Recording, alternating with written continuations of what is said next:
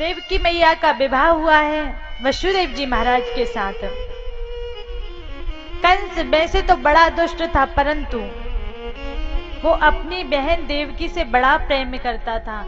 एक दिन जब विवाह हुआ तो उसने कहा कि देवकी को मैं स्वयं छोड़ने जाऊंगा। रथ पर जा रहा था, रास्ते में आकाशवाणी हुई, जिस बहन को तू बड़े प्रेम से छोड़ने जा रहा है उसी बहन का 8वीं संतान तेरा काल होगी।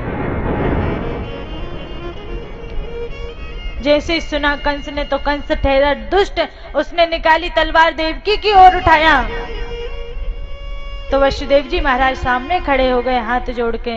महाराज आप ये क्या कर रहे हैं? एक तो आपकी बहन है, दूसरा अभी अभी विवाह हुआ है, और तीसरा स्त्री की हत्या करना महापाप है, इसलिए आप ऐसा मत कीजिए।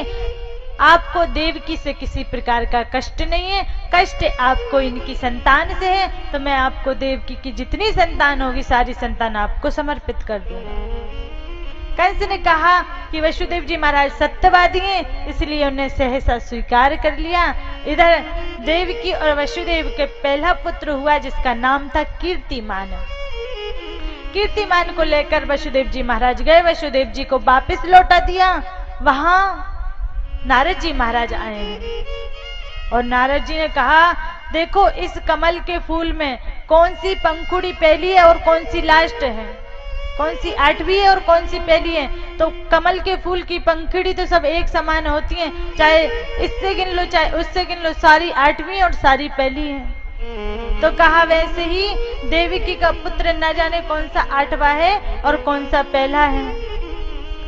तो इधर कंस ने वसुदेव जी महाराज को बालक के साथ बुलवाया है और कीर्तिमान के पैरों को पकड़ा, चरण को पकड़ा और पकड़ के उसको एक शिला में दे मारा।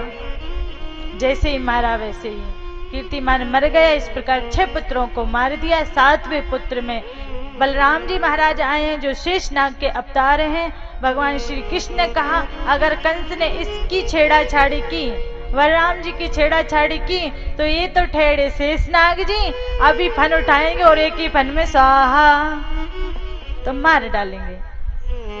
तो फिर क्या करना चाहिए? तो भगवान श्री कृष्ण ने योग माया के द्वारा बलराम जी को उठवाया और रोहिणी के गर्भ में प्रविष्ट कर दिया है और इधर भगवान देवकी माता के गर्भ में प्रवेश किए हैं। बोले बाल कृष्ण लाल की जय हो। देवतागण आए हैं और देवताओं ने गर्व स्तुति की है, बहुत सुंदर खूब फूलों की वर्षा की है। इधर जो देवकी मां सदैव डरी रहती थी, भयभीत रहती थी, वो बहुत अधिक प्रसन्न, बहुत अधिक खुश रहने लगी। एकदम आनंद ही आनंद छा गया। और कहते हैं कि रिमझिम वर्षा हो रही थी, मंद मंद वायु चल रही थी, पृथ्वी शुद्ध हो गई थी, नदियों का जल शुद्ध होकर प्रवाह हो रहा था, उनमें कमल के फूल लाल पीले हरे धोरे खिल गए थे। बहुत सुंदर कमल के फूल खिल गए हैं। रिमझिम बरसात हो रही है, धीरे धीरे बादल गरज रहे हैं, मानो कि भगवान की आने का उत्सव मना रहे हों। चारों तरफ आनंद ही आनंद है। मोर पपैया अपने आप चिल्लाने लगी, गौ माता रमाने लगी, मानो कि बाल कृष्ण भगवान उसके लिए ही आ रहे हों। सारी पृथ्वी में आनंद ही आनंद हो गया, सारी पृथ्वी हरी भरी हो गई। और उसी समय भद्र मास के अष्टमी तिथि को भगवान श्री कृष्ण रात्रि के 12 बजे काली रात में प्रकट हुए। बोलिए बाल कृष्ण भगवान की जय हो।